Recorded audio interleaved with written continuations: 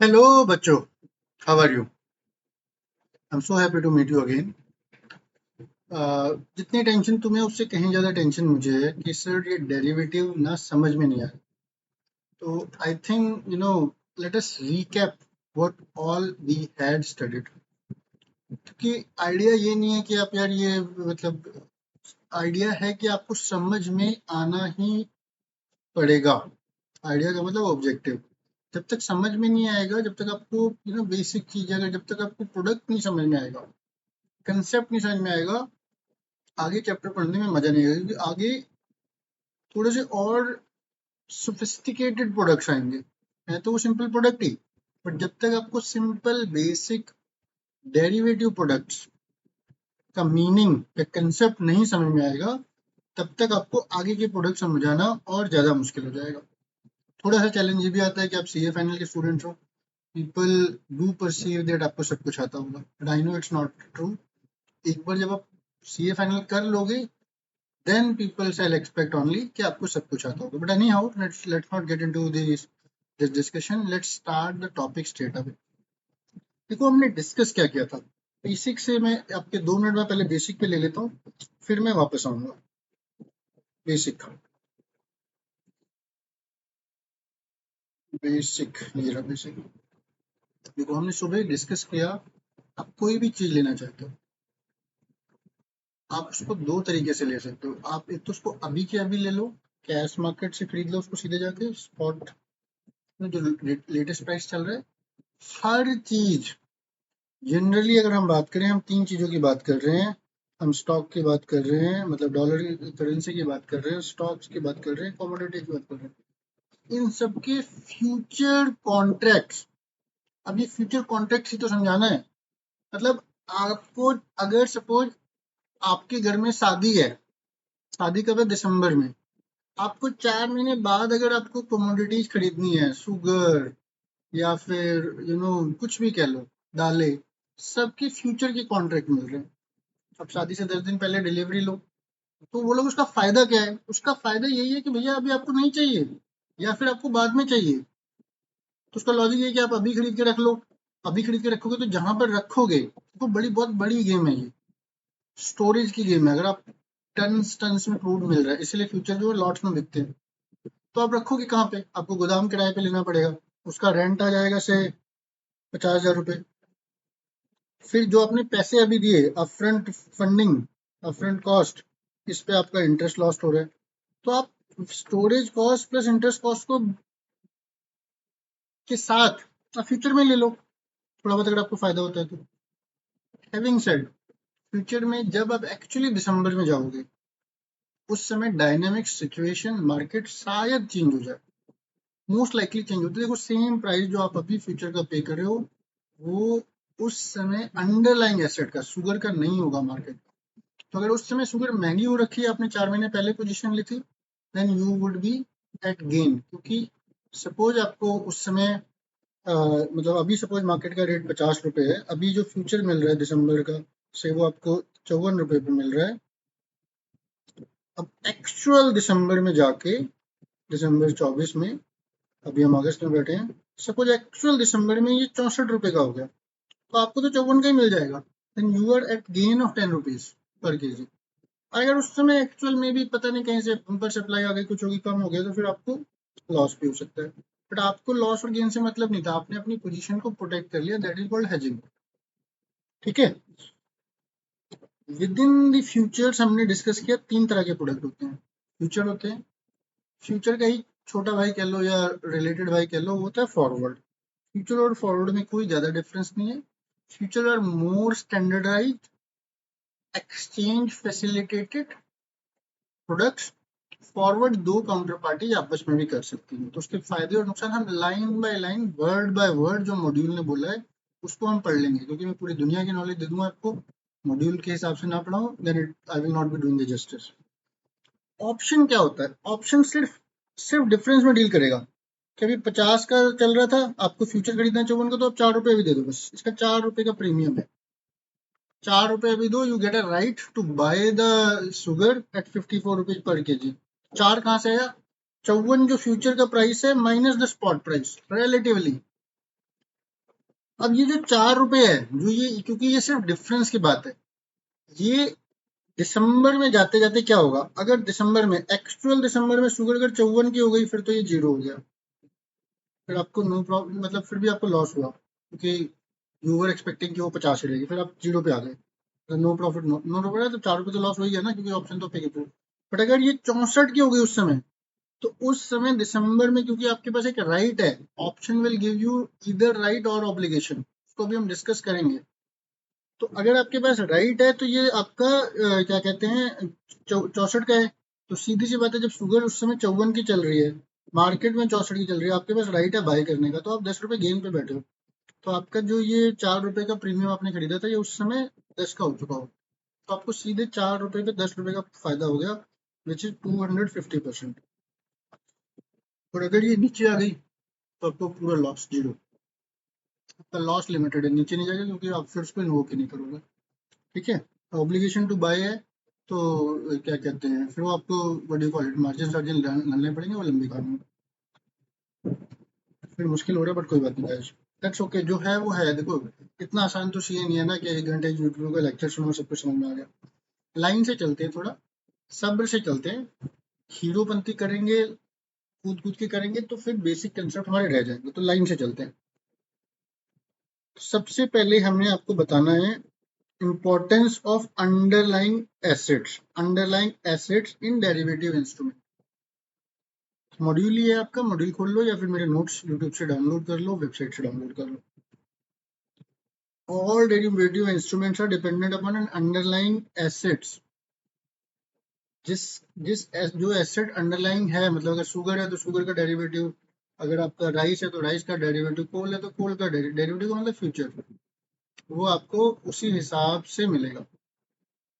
ठीक है, absence of valuable underlying asset of the derivative instrument will have no value. अगर कोई derivative, अगर आपका अंडरलाइंग एसेट ही नहीं है, मार्केट में कोई एसेट है ही नहीं, तो उसके डेरिवेटिव की कोई वैल्यू नहीं है, वो फिर आपके साथ फ्रॉड हो जाएगा, मतलब वो डेरिवेटिव हो ही नहीं सकता।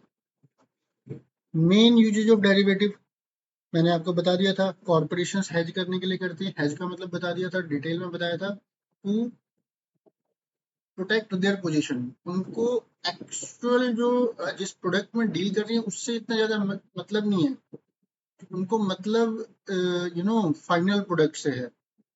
फॉर एग्जाम्पल, उनके अगर अगर दूसरा भी देख लें, अगर अगर एसेट की बात करें, हमने यहाँ पे एक्सप्लेन किया था, अगर टीसीएस है, टीसीएस को तो डॉलर आएगा 1 बिलियन, तो उसने उसको फॉरवर्ड ले लिया कि भैया मेरे को तो आईएनआर उस समय जो भी रेट चल रहा होगा उससे मेरे को कवर करना है। ठीक है, तो ये भी हमने आपको बता दिया था। Basic difference between cash and derivative market, हाँ ये ठीक से लाइन बाय लाइन नहीं पढ़ा था, ये पढ़ लेते हैं। In cash market tangible assets are traded, wherein in the derivative market contracts based on the tangible or intangible assets like index rates are traded। So basically अगर आप कैश मार्केट या स्पॉट मार्केट की बात करोगे, वहां तो सीधे आप स्टॉक ले ली, सीधे शुगर ले ली, सीधे कोल ले लिया, सीधे आपने करेंसी खरीद ली। बट अब उस करेंसी का जो आप फ्यूचर लेने जा रहे हो, फ्यूचर तो फ्यूचर में आएगा ना, तो अभी आपने उसके बेसिस पे कॉन्ट्रैक्ट, मार्केट कॉन्ट्रैक्ट खरीदा, एक डेरिवेटिव कॉन्ट्रैक्ट खरीदा, उस डेरिवेटिव में वो फ्यूचर कॉन्ट्रैक्ट हो सकता है, फॉरवर्ड कॉन्ट्रैक्ट हो सकता है, ऑप्शन कॉन्ट्रैक्ट हो सकता है, अभी आपने कॉन्ट्रैक्ट खरीदा है, नॉट द रियल एसेट्स। तो ये बस डिफरेंस कहने की बात है, जब वो एक्सपायरी आएगी आपकी कॉन्ट्रैक्ट की, उस समय आपके पास रियल एसेट भी अवेलेबल होगा। In cash market we can purchase even 1 share. अब देखो, कैश में तो आपने 1 शेयर ले लिया, नो सपोज आपको रिलायंस का शेयर लेना था, 3 शेयर का एक ले लिया। फ्यूचर में और ऑप्शन में लॉट होते हैं, मिनिमम लॉट साइज होते हैं, तो सपोज 100 शेयर्स का एक लॉट हो गया, कई कई जगह पे 1 लाख शेयर के भी लॉट होते हैं, क्योंकि देयर इनका पर्पस डिफरेंट है, मतलब उनका, जैसे मैंने बताया था, वो हेजिंग है, या अब मैं स्पेकुलेटिव में वर्ड बार बार यूज नहीं करना चाहता, अदरवाइज तो फिर ये स्पेकुलेटिव के लिए कुछ नहीं करना चाहिए। हाँ, वो कह सकते हो कि ट्रेडिंग, ये कह सकते हो, trading is some sort of speculative only. अगर किसी की गट फीलिंग है कि यार बाद में कुछ चीज ऊपर नीचे होंगी, तो फिर वो कर सकता है। आपको रिस्क प्रोटेक्ट करना है, आपकी अपनी पोजीशन स्क्वायर ऑफ करनी है। पोजीशन स्क्वायर ऑफ क्या होती है, आपको किसी ना किसी को शेयर्स देने हैं वो। अब ये कैसे हो सकता है कि शेयर देने देनेंगे, हो सकता है बहुत सारी चीजें होती है, मतलब नॉट डायरेक्टली लिंक्ड एग्जांपल है, आप एक कंपनी हो, आपको अपने एम्प्लॉयज को ईसॉप्स देने हैं, तो आपको वो जो ईसॉप्स हैं वो 6 महीने बाद देने हैं। तो आप 6 महीने बाद की ईसॉप्स खरीद के अभी रख सकते हो। वैसे ये एग्जांपल मैंने दे दिया, बट एग्जांपल ठीक नहीं, क्योंकि ईसॉप की गाइडलाइंस भी कुछ अलग होती हैं। उसमें आपको एक्चुअल रियल एसेट 6 महीने पहले लेना पड़ता है। चलिए, एनी हाउ, सो डिफरेंस और क्या होता है? Buying securities in cash market involve putting up all the money up front. This is an easy example. जब आप कैश मार्केट से शेयर लोगे तो आपको सारा पैसा अभी देना पड़ेगा। Wherein buying future simply involve putting up the margin money. Margin money क्या होता है कि भैया अभी अपने 100, जो डिफरेंशियल रेट हो सकता है या जो लॉस हो सकता है एक दिन में। तो अगर आपने कोई शेयर लिया, सपोज रिलायंस का शेयर है, उसका प्राइस 3,000 चल रहा है, सपोज उसका 100 शेयर का लॉट था, तो आपने 3 लाख शॉर्ट का एक फ्यूचर कॉन्ट्रैक्ट ले लिया। तो इस पे आपको, क्योंकि ये शेयर प्राइस तो ऊपर नीचे हो सकता है, तो जो भी एक्सचेंज स्टिपुलेटेड मार्जिन है 20%, वो आपको देना पड़ेगा। ठीक है, तो आपको पूरा पैसा अभी अपफ्रंट नहीं देना। With the purchase of shares of the company in cash market, the holder becomes part owner of the company. While in future doesn't happen. देखो, ऑप्शन और फ्यूचर वो बाद में फ्यूचर में होने वाली चीज है। अगर आपने उस समय एक्चुअली उसको इन्वोक करके डिलीवरी ले ली, अगर आपका कॉन्ट्रैक्ट ऐसा था कि आपको डिलीवरी मिलनी थी, आपने डिलीवरी ले ली तो आप ओनर बनोगे। स्पॉट में तो सीधे आपने शेयर खरीदा, आप सीधे ओनर बन गए, पार्ट ओनर।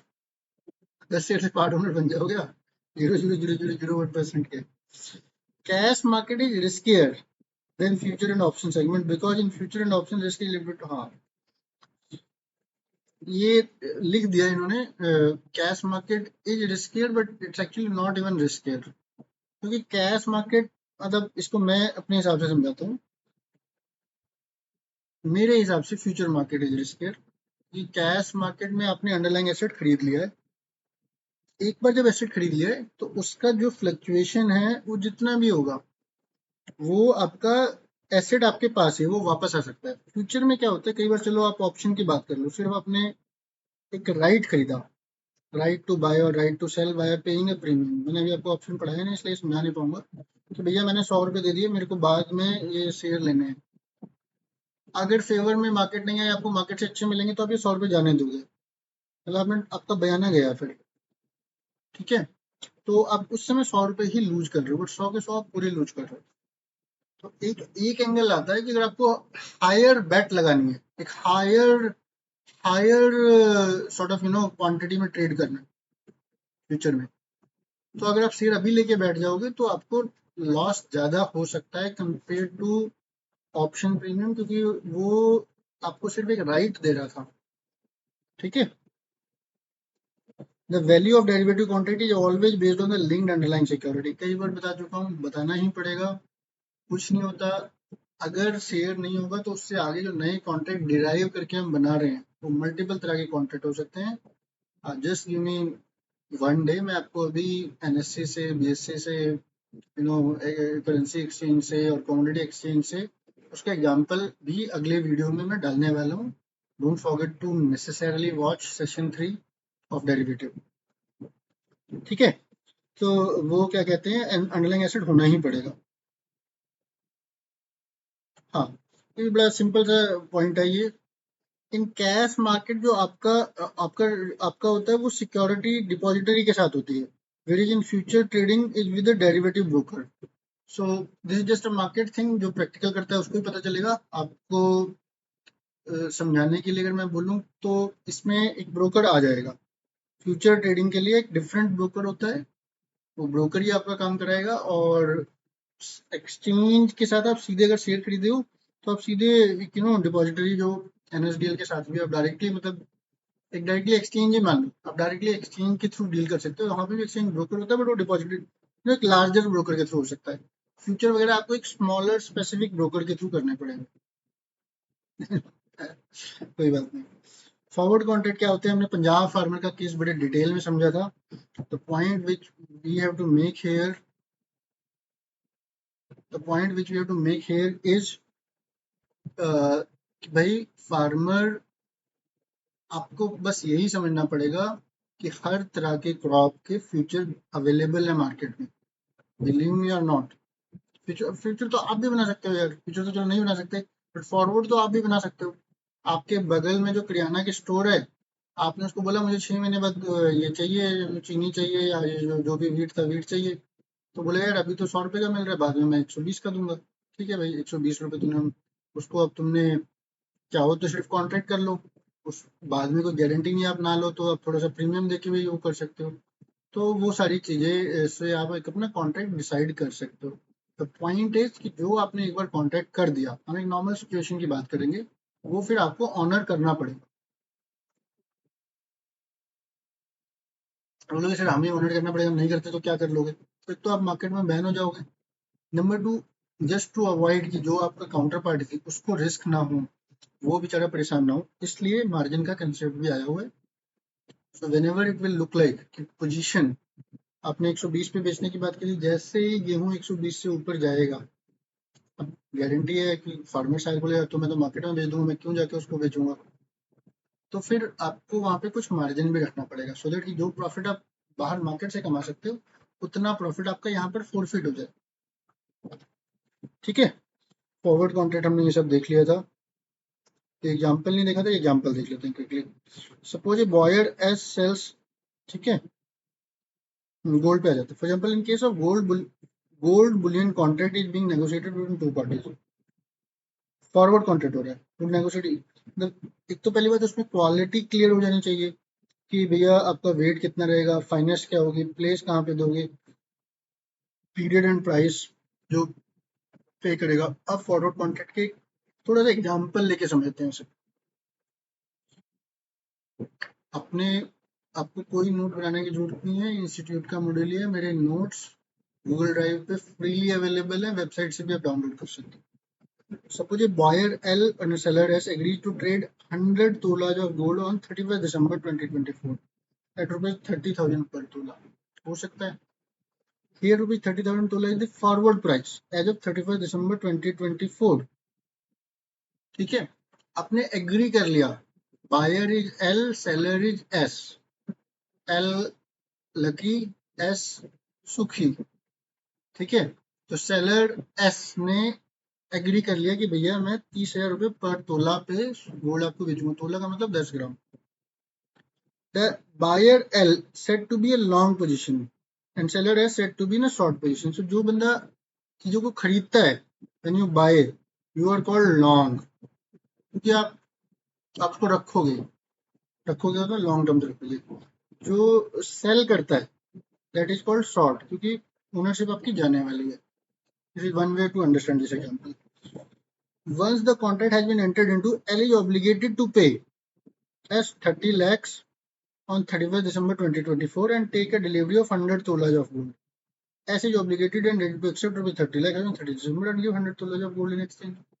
So गोल्ड का जो भी उस समय आपने एक प्राइस एग्री कर लिया, अब एक बंदे को वो डिलीवरी देनी है और एक बंदे को कैश लेना है, प्राइस आपने ऑलरेडी एग्री कर लिया था, टर्म्स आपने कॉन्ट्रैक्ट की एग्री कर ली थी। तो basically what is a forward contract, आप एक स्पेसिफिक क्वालिटी, वेट, पैरामीटर की चीजों को, क्योंकि शुगर में ये बहुत होता है, कोल में बहुत होता है, अलग अलग तरीके के प्रोडक्ट्स होते हैं, अलग अलग क्वालिटी के प्रोडक्ट्स होते हैं। गोल्ड में भी होता है 22 कैरेट, 20 कैरेट, 18 कैरेट, 16 कैरेट, आपको पता ही नहीं चलेगा क्या हो रहा है। ठीक है, फ्यूचर कॉन्ट्रैक्ट हमने देख लिया।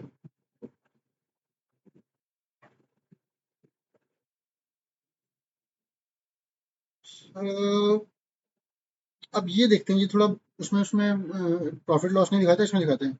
Suppose buyer B and seller S, B buyer, see S seller, enter into a 5,000 kg corn future contract at rupees 5 per kg, 5,000 kg का कॉर्न 5 रुपए पर KG, assuming on the second day of the trading on the settlement price is 5 रुपए 20 पैसे। अब भाई आपने 5 रुपए पे एग्री किया था 5,000 केजी खरीदने के लिए, अगले ही दिन 5 रुपए 20 पैसे हो गया, किसी को फायदा किसी को नुकसान होगा, 20 पैसे इंटू में 5,000 केजी, 1 लाख रुपए हो गए क्या, या 1,000 रुपए हो गए, 20 पैसा 1,000 के तो 200 रुपए हो गए शायद, देख लो ना यार, 5,000 केजी इंटू में 20 पैसा, तो अभी 20 से कर लेते हैं उसको, फिर 100 से डिवाइड कर लेंगे, तो ये 2 से ही कर लेते हैं, ये दोनों हटा दिए तो 1,000 रुपए हो गया, तो 1,000 रुपए का प्रॉफिट या लॉस हो गया। Settlement price is generally represented to price at which the contract rates been. In case the price movement during the day at such price during the closing, ठीक है, तो the price movement has led to a loss of rupees 1000 crore to seller. S को loss हो गया and buyer B को profit हो गया. S को लॉस हो गया और बायर बी को प्रॉफिट हो गया. तो फिर आप क्या करोगे? तो आपको वो मार्जिन लेना पड़ेगा. The initial margin which S gets reduced by 1000 and B is increased by 1000. Are you getting my point? So this is broadly, थोड़ा सा मैंने आपका रिवीजन कराया. In this case, the sell price is 5.20, which is new price at the next day. So basically, क्योंकि अगले दिन आपका पिछले दिन सेटलमेंट हो गया वो. So देखो एक्चुअल सेटलमेंट तो नहीं हुआ, margin can get reversed also, but for the exchange perspective देखो हर रोज नया कॉन्ट्रैक्ट नहीं बनेगा फ्यूचर का, बट टेक्निकली प्रैक्टिकली आप वो पैसे दे चुके हो, दोबारा कम आएगा तो वो वापस आएगा. ठीक है. Thus, each future contract is rolled over to the next day at a new price. This is called mark to market. तो at the back end mark to market होते जा रहा है. आपको जो लॉस हुआ उसने अपना लॉस पे कर दिया, जिसको गेन हुआ उसके अकाउंट में क्रेडिट चला गया. आपके लिए जो प्राइस है नेक्स्ट डे के लिए प्रीवियस डे का प्राइस आ गया. प्रीवियस डे अगर आपको गेन हुआ तो फिर आपका अकाउंट क्रेडिट हो जाएगा. ये मार्क टू मार्केट चलते रहते हैं. सब क्यों करते हैं? क्योंकि भैया लास्ट डे तक वेट नहीं कर सकते. ये एक्सचेंज ट्रेडेड है, जिसको लॉस हो रहा है वो नहीं देगा पैसे तो फिर क्या करोगे, और डिलीवरी नहीं देगा तो क्या करोगे आप. तो ये सारी मार्केट इवॉल्व होके बनी है कि भैया मार्जिन लेके चलना ही पड़ेगा. और बहुत होते हैं किसी को लॉस होगा वो क्यों देगा भाई अपना, वो मैं नहीं देता, चलो मैं I am out of the market. तो इसलिए मार्जिन आपको पहले ही लेके चलना पड़ता है. ठीक है. ओके. सो ये देखो हमने डिफरेंस पढ़े थे, डिटेल में पढ़े थे, एक बार दोबारा पढ़ लेते हैं. Forward contracts are traded on personal basis और on telephone. Future contracts are traded in competitive arena और एक्सचेंज. पर्सनल बेसिस का मतलब ये नहीं कि पर्सनल, आप एक कॉर्पोरेट एक बैंक से डायरेक्टली डील कर सकता है. कॉर्पोरेट भी एक बड़ी चीज होती है, बैंक भी एक बड़ी चीज होती है, बट दोनों आपस में डील कर सकते हैं. To do a future, there is a regulated market. There is a competitive arena word लिखा हुआ है. So there are more detailed guidelines. तो लॉट साइज है. यहाँ पे आप 2 शेयर ले सकते हो फ्यूचर में, एग्री कर लिया तो बस $10 ही चाहिए. यहाँ पे नहीं होगा, यहाँ पे एक लॉट साइज स्पेसिफाइड होगा हर चीज का. Forward contracts are individually tailored, वही कहानी आ गई. Have no standardise size. Future में आपको स्टैंडर्डाइज साइज मिलेगा, स्टैंडर्डाइज डेट ऑफ डिलीवरी मिलेगी, क्वांटिटी मिलेगी. ठीक है. मतलब जब फ्यूचर हर थर्सडे लास्ट थर्सडे को एक्सपायर होते हैं. Organise exchange. Forward contracts are traded in over the counter. Over the counter मतलब जाओ वहां पे उठा के कुछ भी, मतलब I will not say over the counter, that's the point, but अब 2 लोग आपस में कर सकते हैं, वो एक फर्स्ट पॉइंट रिपोर्ट हो रहा है. Future contracts are traded on organise exchange. ये हर जगह नहीं मिलते, सिर्फ एक ही इनका प्लेटफॉर्म है. हाँ, ओवर द काउंटर मतलब कहीं पे भी खरीद लो, किसी भी बैंक से खरीद लो. इसका मतलब है कि आपको एक डेजिग्नेटेड फिजिकल एक्सचेंज या डेजिग्नेटेड एक्सचेंज से ही मिलेंगे.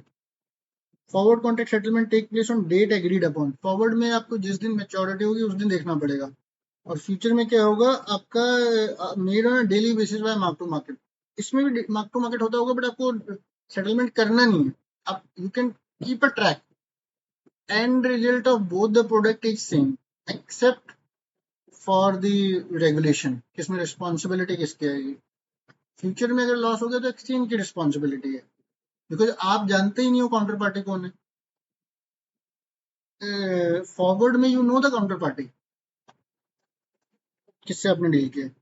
फॉरवर्ड कॉन्ट्रैक्ट में भी delivered on the dates agreed upon in terms of the actual delivery. Future contract delivery dates are fixed on a cyclical basis, जैसे मैंने बताया last Thursday. However it does not mean that there is no actual, मतलब delivery आप ले सकते हो, हर तरह के कॉन्ट्रैक्ट होते हैं, अगर आपको डिलीवरी लेनी है तो उसके अलग प्रोसेस होते हैं. Cost of the forward contract is based on bid and ask. तो फ्यूचर कॉन्ट्रैक्ट में बिड एंड आस्क होता है, फॉरवर्ड कॉन्ट्रैक्ट में बिड एंड आस्क होता है. बिड एंड आस्क का मतलब जब आप कुछ बाहर की चीज ले रहे हो तो वो उस समय सेल कितने पे हो रहा है, बाय कितने पे हो रहा है. सेलर को सपोज भी दिसंबर का फॉरवर्ड ले रहे हो, तो दिसंबर का जो फॉरवर्ड आप लेके आ रहे हो, बाय का ले रहे हो या सेल का ले रहे हो. मतलब दिसंबर में आप कोई पर्टिकुलर फ्यूचर की चीज, अगर क्रूड की बात करें, आप बाय भी कर सकते हो सेल भी कर सकते हो। डॉलर की बात करें, बाय भी कर सकते हो सेल, दोनों के रेट में डिफरेंस होगा। The difference is the in a way transaction cost. वैसे वो नहीं होती ट्रांजेक्शन कॉस्ट, बट ठीक है, वो भी एक तरीके की ट्रांजेक्शन कॉस्ट होगी, क्योंकि आपने जब भी लिया उसके जस्ट 10 मिनट बाद बेचने जाओगे तो आपको सस्ता बेचना पड़ेगा। फ्यूचर कॉन्ट्रैक्ट में it is called brokerage fees for buy और the sell order. Forward contracts are not subject to daily mark to market, but आपको अकाउंटिंग तो करनी पड़ती है। फ्यूचर कॉन्ट्रैक्ट में तो आपको सीधे मार्जिन भी देना पड़ेगा। ठीक है, आपको अकाउंट फ्रीज करना पड़ेगा। अगर आपने अकाउंट नहीं दिया, आप लॉस में चल रहे हो, आपने फ्रीज नहीं किया, तो एक्सचेंज ने आपसे पहले ही अंडरटेकिंग ले रखी होगी, पावर ऑफ अटॉर्नी, तो बेच देगा आपकी पोजीशन। क्योंकि मार्जिन 20% था, आपको एक दिन में 20% का लॉस हुआ, अगर आपने 20% नहीं दिया तो आपकी पोजीशन को काट के उतनी बेच के आपको बराबर पे ले आएगा। ठीक है, क्रेडिट रिस्क इसमें ईच पार्टी का होता है। ये भी थोड़ा सा होता तो ईच पार्टी का, बट क्योंकि इसमें एक्सचेंज इन्वॉल्व है तो एक्सचेंज का रिस्क होता है। प्राइस मैंने आपको बताया था, प्राइस कैसे निकलेगा, कैरिंग कॉस्ट। कोई भी जो स्पॉट प्राइस है उसकी जो कैरिंग कॉस्ट है 3 महीने बाद, आप उसमें इंटरेस्ट भी जोड़ लो, स्टोरेज भी जोड़ लो, that would be your carrying cost. और अगर आपको कुछ उसमें से रिटर्न आनी है तो वो आप माइनस कर दो। ठीक है, ये मेरे को एग्जाम्पल उस समय बताना था, उस समय मैंने नहीं बताया, अब क्विकली बता देते हैं, just an extension. So price of ACC stock, ACC is कि सीमेंट जाइंट है, अभी 31 दिसंबर 2023 को 220 रुपए है। Future price of the same stock है 31 दिसंबर 2024, 24 के मार्च में 230 रुपए। ठीक है, 31 दिसंबर 23 को फॉर मार्च फ्यूचर 24 रुपए चल रहा है। और other feature of the contract are as below. Time of expiration 3 month. Borrowing rate 15% दिया हुआ है। बोरोइंग रेट क्यों दिया अभी आपको पता चलेगा। एनुअल डिविडेंड 25% डिविडेंड भी आएगा 31 मार्च को। Face value of the stock 10 रुपए है। अब इसने लॉट दिया नहीं है, बट आगे लॉट इन्होंने निकाला होगा। ठीक है, based on the above information the future price of AC stock, future price at present कैसे निकलेगा। देखो, 220 का तो अभी है, प्रेजेंट रेट है। इस 220 को अब 3 महीने बाद लेने जा रहे हो, तो आपने 15% निकाला फॉर 3 महीने के लिए। 0.25 का मतलब 1/4 माइनस आपने इसको, आपको डिविडेंड भी मिलना है, 10 रुपए का आपको डिविडेंड मिल गया, बट वो डिविडेंड तो पूरा ही आएगा ना। तो डिविडेंड को भी आपने क्या कहते हैं, what do you call it, assume कर लिया कि 3 महीने का डिविडेंड है। अच्छा, 25% पेबल है, तो 10 में से 25% ही पेबल है, तो आपको 2.5 रुपये ही मिलेगा। तो 220 में आपने इंटरेस्ट जोड़ दिया, डिविडेंड माइनस कर दिया, तो 225 का फ्यूचर प्राइस हो गया। देखो गाइस, फ्यूचर प्राइस निकालना कुछ बड़ी बात नहीं है, क्योंकि वो फ्यूचर प्राइस नहीं है, वो future price of future contract है। तो 225 रुपए का हो गया।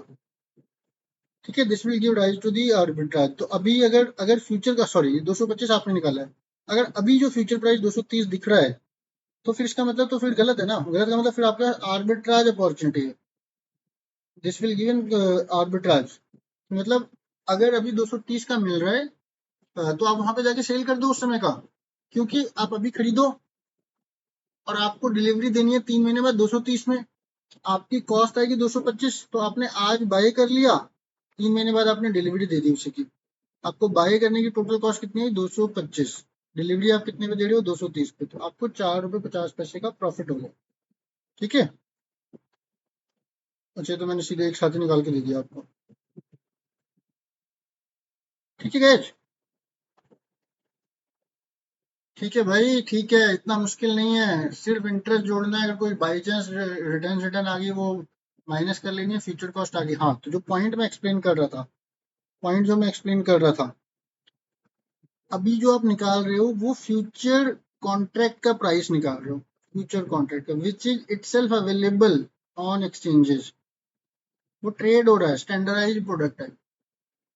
एक्चुअल जो प्राइस है एसीसी का एज ऑन 31 मार्च 24 कितना होगा, 24 तो जा चुका था, चलो 25 मान लेते हैं, 25 कितना होगा आज से 3 महीने बाद या 6 महीने बाद, वो तो मार्केट ही बताएगी। अगर वो मुझे पता होता, या आपके किसी भी गुरुजी को पता होता, तो फिर वो तो, उसको ये सारी चीजें पब्लिक में आके बता के वो बेवकूफ थोड़ी ना अपने सीक्रेट निकालेगा। तो फ्यूचर में छोड़ो, कल के शेयर का प्राइस कितना होगा किसी को भी नहीं पता। वो सुबह सुबह गैस मार लेते हैं, गैस ठीक हो जाता है, 10 में से 8 गैस ठीक हो गए, 2 गलत हो गए, 10 में से 5 लोगों के गैस ठीक होंगे, 5 लोगों के गैस गलत होंगे। एंड मैं वही वापस आता हूँ जो मैंने पहले बताया था, when market is rising,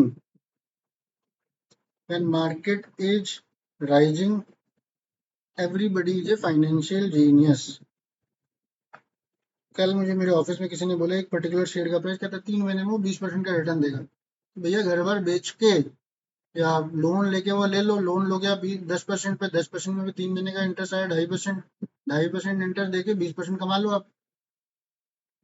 क्योंकि अभी मार्केट राइज कर रही है, गवर्नमेंट दोबारा बनी है, थोड़ा सा हर तरफ स्टेबिलिटी दिख रही है, तो एवरीबडी इज फाइनेंशियल जीनियस। एक ही छोटा सा एग्जांपल ले लेते हैं, let's take a simple example of fixed deposit, जो मैंने आपको सबसे पहले ही बता दिया था, मॉड्यूल का एग्जांपल है। 100 रुपए अगर आपने आज जमा कराया 10 रेट पे, 1 साल के बाद वो 110 होंगे, वही बेस्ड ऑन एनुअल कंपाउंडिंग 2 साल के बाद 121 रुपए हो जाएंगे।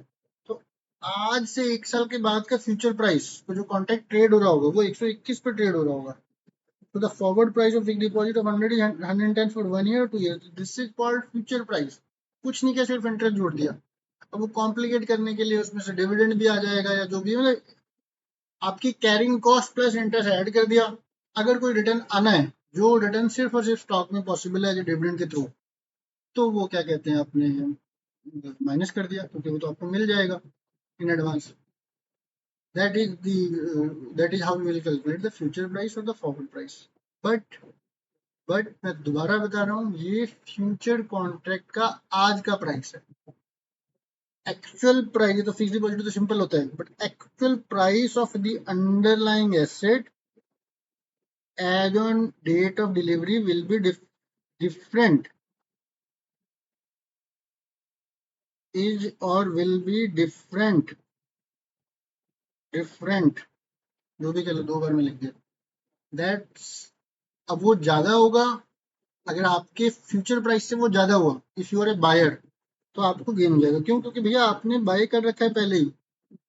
अगर उससे ज्यादा हो गया तो फिर आपको, तो फिर डिपेंडिंग अपन कि आप किस साइड हो यार, आप वो चीज आपके एक्सपेंस में बैठी है, वो चीज या आपके what do you call it, asset में बैठी हुई है।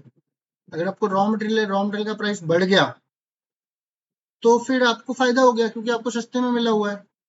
बट अगर वो आपका एसेट था, उसका प्राइस बढ़ गया, फिर तो आपको नुकसान है, क्योंकि आपको, आपके पास तो 250 ही है, मार्केट में 215 का मिल रहा है। मतलब आपको अगर सेल करना है तो, अगर आपको चीज को सेल करनी है 200, यू अंडरस्टैंड, बड़ा सिंपल मैथ है, थोड़ा सा समझ के करोगे तो हो जाएगा। ठीक है, correlation between forward and future price, ये एक बार क्विकली देख लेते हैं।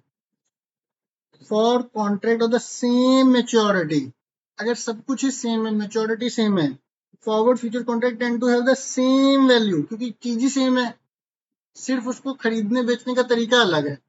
एक भैया आपने लाला से खरीद लिया, एक जाके आपने एक्सचेंज से खरीदा है, एक आपने डायरेक्ट बैंक से खरीद लिया, एक जाके आपने एनएससी से खरीदा है, प्रिंसिपल सेम है।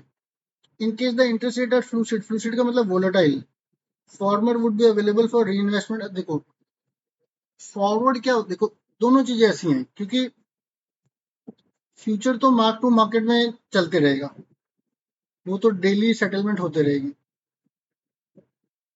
तो क्योंकि वो डेली सेटलमेंट होते रहेगी तो उसमें री इन्वेस्टमेंट होते रहेगा, तो आपके पास एक अपॉर्चुनिटी होगी कि आप उसको दोबारा से इन्वेस्ट कर सको।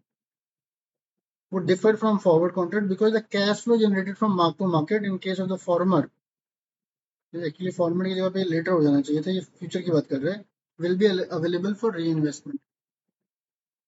फ्यूचर में देखो मेच्योरिटी में तो सब सेम हो जाएगा, बट जो बीच में गेन और लॉस हो रहा है, अब अगर बीच में आपको गेन हो रहा है तो फिर फ्यूचर के जो सेलर है उसके अकाउंट में क्रेडिट होगा मार्जिन, वो उसको इन्वेस्ट करके थोड़ा और पैसा कमा सकता है। बड़ी गेम है, मार्जिन भी कई बार बड़े बड़े होते हैं। However market imperfection like transaction cost, but क्योंकि ये सारी चीजें मिला मिला के वो close enough to the forward price ही चलेगा हमेशा, क्योंकि होती चीजें सेम ही है, सिर्फ लॉट साइज का डिफरेंस है, प्लेटफॉर्म का डिफरेंस है, रेगुलेटर का डिफरेंस है। ठीक है, टाइप ऑफ फ्यूचर पे आ जाते हैं। सिंगल स्टॉक फ्यूचर हो सकता है, इंडेक्स फ्यूचर भी हो सकता है। तो अब पहले पहले इंडेक्स समझ लेते हैं। इंडेक्स क्या होता है? Index is like Nifty 50, BSE 30, ठीक है। तो बेसिकली ग्रुप ऑफ कंपनीज होती हैं। जैसे सेंसेक्स में कितनी कंपनीज है? 30 है मेरे ख्याल से। निफ्टी में कितनी है? 50, जो भी है। ग्रुप ऑफ कंपनीज है, इनका जो बकेट करके एक वेटेड एवरेज प्राइस या वेटेड एवरेज एक इंडिकेटर जो निकलता है, that is called index. That is called index. अब आप बोलोगे कि सर इंडेक्स में भी फ्यूचर ट्रेड होता है बट उसकी डिलीवरी नहीं हो सकती। अब अगर अगर इस समय फ्यूचर चल रहा है 80,000 का, फ्यूचर का मतलब BSE का जो सेंसेक्स है वो 80 का चल रहा है। अब ये जो अभी अगस्त 24 चल रहा है, आप मानो या ना मानो, सितंबर 24, अक्टूबर 24, इवन दिसंबर 24 का भी सेंसेक्स का फ्यूचर मार्केट में बिक रहा है। अब उससे ज्यादा होगा या कम होगा? ज्यादा ही होगा, एक्स्ट्रा ही होगा। क्यों एक्स्ट्रा होगा? क्योंकि इंडिया में rate of interest are positive. तो बोलोगे सर रेट ऑफ इंटरेस्ट तो पॉजिटिव ही होते हैं। बिल्कुल, आपके लिए अभी पॉजिटिव ही होते हैं। रेट ऑफ इंटरेस्ट पॉजिटिव ही होते हैं। तो there have been economies, Japan है, यूरोप है, जहाँ पे रेट ऑफ इंटरेस्ट नेगेटिव थे कभी, अभी अभी पॉजिटिव हुए हैं 0.5%, 0.25%। आप ये नोट कर लो, I don't want to confuse you, but there are few banks, there are few time period which were not so long ago, 2022 की बात कर रहा हूँ, 22-23 की बात कर रहा हूँ। कुछ एक इकोनॉमी में अगर आप बैंक में डिपॉजिट करने जाओगे तो वो आपसे चार्ज लेते थे 0.25% का। 1% का चार्ज लेते थे कि भैया अभी आप 100 रुपये डालोगे, 1 साल के बाद 99 रह जाएंगे, क्योंकि वहां पे रेट ऑफ इंटरेस्ट नेगेटिव थे। बैंक वर टू चार्ज, इतना ज्यादा एक्सेस लिक्विडिटी थी वहां पर। जब लिक्विडिटी एक्सेस हो जाती है, यहाँ पे भी 2-2.5% का रेट आ जाता है, ठीक है। तो एनी नहीं हो, बेसिक जनरल इंडिया में कभी भी नेगेटिव नहीं हुई। इसलिए इंडिया के जो सेंसेक्स हैं, they will go up. They will go up by what? जितनी भी रेट ऑफ रिटर्न मार्केट को देना है उतने को फैक्टर लगा के वो हो जाएंगे। Generally rate of return market क्या देगी? तो रिस्क फ्री रेट है प्लस मार्केट प्रीमियम। अगर रिस्क फ्री रेट अगर 8% चल रहा है, तो ये सब जितना भी चल रहा है सब 15% पे 3% का तो ऐड करके होगा। अभी मैं अगले एग्जाम्पल में मैं बताने ही वाला हूँ, NSE का BSE का स्क्रीनशॉट डालने वाला हूँ फ्यूचर प्राइस का ऑप्शन का, ठीक है। तो आप जो एक स्टॉक में भी डील कर सकते हो, बट यहाँ पे स्टैंडर्डाइज कॉन्ट्रैक्ट होता है। Specific stock and future date lot होता है, स्टैंडर्डाइज और लॉट लिखा होना चाहिए कहीं पे। तो इनका ना लॉट होता है, एक लॉट हो जाता है कि एक शेयर नहीं खेल सकते आप, इसका लॉट होगा। स्टैंडर्डाइज एंड इंक्लूड स्पेसिफिकेशंस लिखा नहीं है, बट इनका एक लॉट होता है, जैसे स्पेसिफिक लॉट। आप छोटा मोटा ट्रेड नहीं होता फ्यूचर्स में।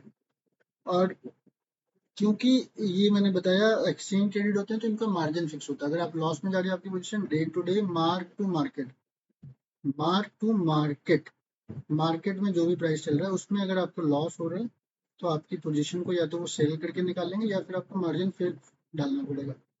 And you do not gate too much chance कि भैया मैं मार्जिन कर दूंगा, उसी दिन देना पड़ेगा आपको, वरना शाम तक मार्केट शाम को आपकी पोजीशन बेच देंगे वो। अगर most contract are not held till expiration, तो कॉन्ट्रैक्टर, ठीक है जो भी है, to get out of an open position, the investor might simply take, हाँ अगर आपकी कोई ओपन पोजीशन है, आपको लगता है कि नहीं ये तो यार एडवर्स जा रही है, तो आप एक शॉर्ट पोजीशन ले लो। मतलब आपने बाय कर रखा है, उसी पे आपने सेल कर दिया तो आपकी पोजीशन स्क्वायर ऑफ हो जाएगी। इंडेक्स मैंने आपको बता दिया, सेम चीज इंडेक्स में बिकती है, but the only thing is just as hedges and speculator buy sell future contract based on the future prices of the can buy sell the contract based on the stock indexes. Speculative तो होते ही होते हैं, hedge के लिए कुछ नहीं होता। Unlike commodity future and individual stocks, देखो स्टॉक की आपको डिलीवरी मिल जाएगी। फ्यूचर में बार बार आपको एक चीज समझा रहा हूँ, आप समझो। या तो आपको स्टॉक की डिलीवरी मिलेगी या आपका कॉन्ट्रैक्ट सेटल होगा। सेटल का मतलब आपको जो गेन लॉस हुआ, आपको एक्चुअल डिलीवरी नहीं मिलेगी। आपको आपकी जो चीनी थी तो 65 रुपए की होगी, भैया मैंने आपको 55 पे आपसे बात हुई थी, 10 रुपए एक्स्ट्रा दे दिए, 65 ले लिए, जाके मार्केट से खरीद लो। एक्चुअल डिलीवरी नहीं होगी, सेटलमेंट हो जाएगी। अब इंडेक्स में तो सेटलमेंट ही होगा ना, इंडेक्स पे कोई वो चीज तो होती नहीं है, it's not a physical thing, ठीक है। Because settlement are in cash, investors usually have to meet liquidity in, ठीक है, जो whatever. Trading mechanism in stock future, हाँ यहाँ पे था कि पहले मैं आपको इतना पढ़ा चुका हूँ, आया ही लास्ट में, कोई बात नहीं दोबारा देख लेते हैं। both buyer and seller of the contract have to deposit initial margin with the broker, क्योंकि जिसका लॉस होगा उसको ब्रोकर उसको मार्जिन टॉप अप करते रहना पड़ेगा। Rules for calculation of margin framed by the stock exchange, her exchange की website पे मार्जिन के रूल मिल जाएंगे, एक पर्टिकुलर सेगमेंट के, एक पर्टिकुलर स्टॉक के।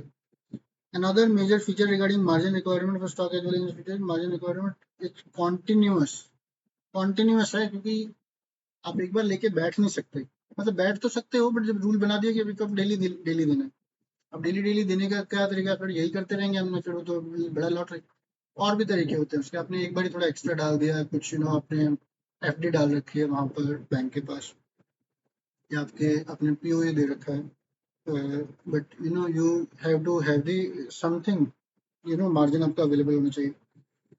To post additional margin fund if the account does not meet the minimum margin requirement, तो डालना पड़ेगा। The investor can square off the position in the future contract before expiry, wait till expiry and will, देखो जो आपकी last में position है वो तो स्क्वायर ऑफ का मतलब बिकी जाएगी, आप पहले भी उसको बेच सकते हो। आप उसको पहले कैसे बेच सकते हो, आपने काउंटर पोजीशन ले ली, या फिर आपने सेल जो भी आपकी पोजीशन ओपन थी आपने वो किसी और को बेच दी। तो every given point of time, like आपने एक फ्यूचर खरीदा था से आज से 3 महीने के बाद का, दिसंबर 24 का, 1 महीने बाद आपने यही वाला फ्यूचर सेम चीज पे किसी को बेच दिया जो भी प्राइस चल रहा है, तो ये अपने आप में भी एक प्रोडक्ट बन जाता है, ठीक है। और आप फोल्ड करके भी रख सकते हो, तो फिर आपकी वॉलेटिलिटी के बाद लास्ट में आपको जो भी उस समय प्रॉफिट लॉस होगा वो निकल के आएगा फिर।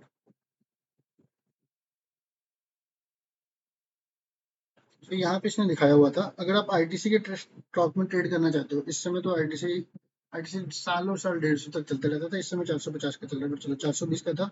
Both the buyer and seller have to put up a margin of 24 rupees. 24 कैसे निकल के आया, 20% मार्जिन था, तो 120 के शेयर से 20% और 24, अगर इसका लॉट साइज 100 का है तो कितना हुआ, 200 शेयर का है, तो अपने 120 शेयर का 224 रुपये हो गए थे। आईटीसी अगर आईटीसी स्टॉक 122 पे चला गया 120 से तो 2 रुपये हुआ, बट अगर इसका लॉट साइज 200 था तो मतलब 200 के 200 रुपये का तो 400 रुपये का आपको फायदा हो गया। तो ये जो 400 रुपये है,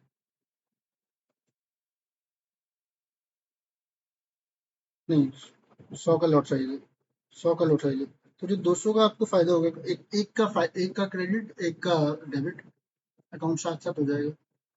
what we are trying to say, अगर 120 रुपये के शेयर पे आपने फ्यूचर खरीदा था, प्राइस 122 होते ही 2 रुपये बढ़ गया, यहाँ पे साइलेंट था क्वेश्चन में, तो यहाँ पे अज्यूम कर लिया कि 100 का लॉट साइज है, यहाँ पे मैंने बना दिया था, तो 200 रुपये का डिफरेंस आ गया बेस प्राइस से।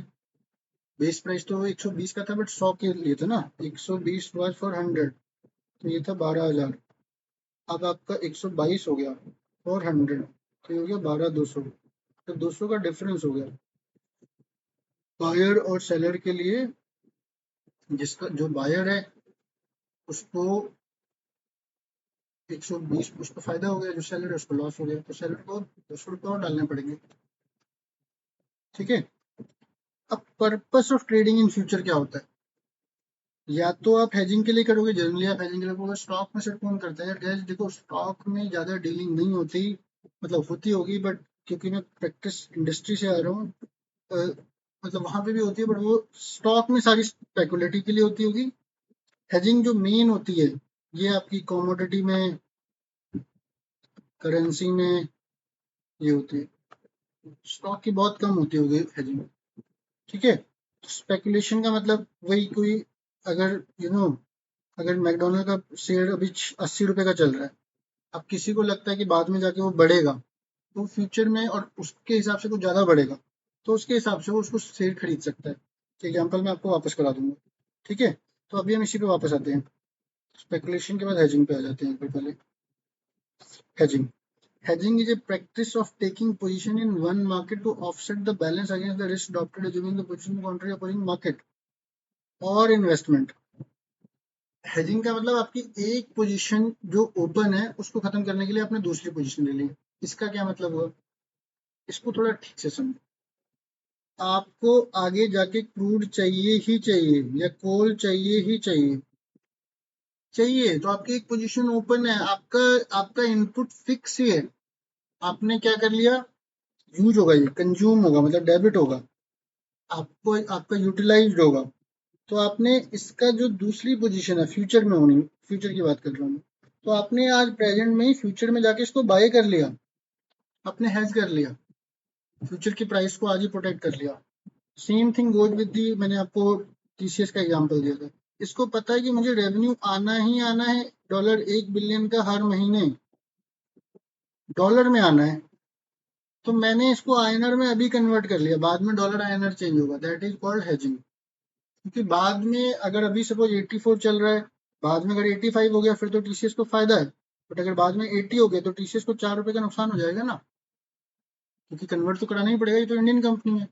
या तो फिर वो उसको नेचुरल हेज कर लेगी, मैंने डॉलर को डॉलर में रखा है, मैंने दोबारा कहीं उसको इन्वेस्ट कर दिया, ये सब आपका बहुत कम चलेगा, यू नो। ये नेट पोजीशन है, सो 1 बिलियन वाज नेट पोजीशन से, तो दैट इज कॉल्ड हेजिंग। ठीक है गैस, तो ये हमने किया, थोड़ा सा डिफिकल्ट है but any how I know कि थोड़ा सा बोर कर रहा है chapter, but stay tuned. I know कि मैं आपको ये पढ़ा के ही छोड़ूंगा, अच्छा पढ़ेंगे, अच्छा समझेंगे, आपके जो एफर्ट्स हैं वो रिजल्ट लाएंगे। बस आप मेरे लिए थोड़ा सा काम करो, थोड़ा सा हल्का सा गूगल कर लो, फ्यूचर जो चीज आपको समझ में आती है। अब एसबीआई कर लो, ₹820, आप एचयूएल कर लो, ₹2800 पे चल रहा है। एचयूएल में क्या करना है, शेयर प्राइस तो आपको पता है, उसका फ्यूचर अगले 3 महीने का कितने पे ट्रेड हो रहा है, उसका ऑप्शन कितने पे ट्रेड हो रहा है। मैं अगला जो बैच सेशन बनाने जा रहा हूँ उसमें वो प्रैक्टिकल लाइफ से लेके आने वाला हूँ, यही 6 चीजें रखते हैं, SBI, HUL and Nestle, coal and crude and dollar, dollar INR and एक और करेंसी ले लेंगे जीबीपी आईएनआर। तो इनका फॉरवर्ड क्या रेट चल रहा है, फॉरवर्ड प्रीमियम कैसे निकल रहा है, लेटेस्ट मार्केट से डिस्कस करेंगे। ठीक है, चलो सी यू वेरी वेरी सून, आज ही मिलेंगे दोबारा। थोड़ा रेस्ट ले लो, पोमोडारो टेक्निक कर लो, आधे घंटे के रेस्ट के बाद दोबारा मिलते हैं।